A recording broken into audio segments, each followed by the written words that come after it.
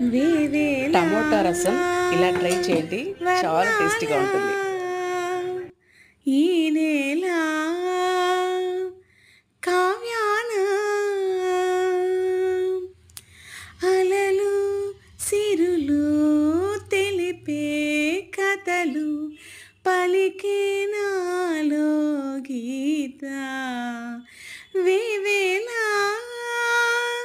వర్ణాల ఈ నేల కావ్యాన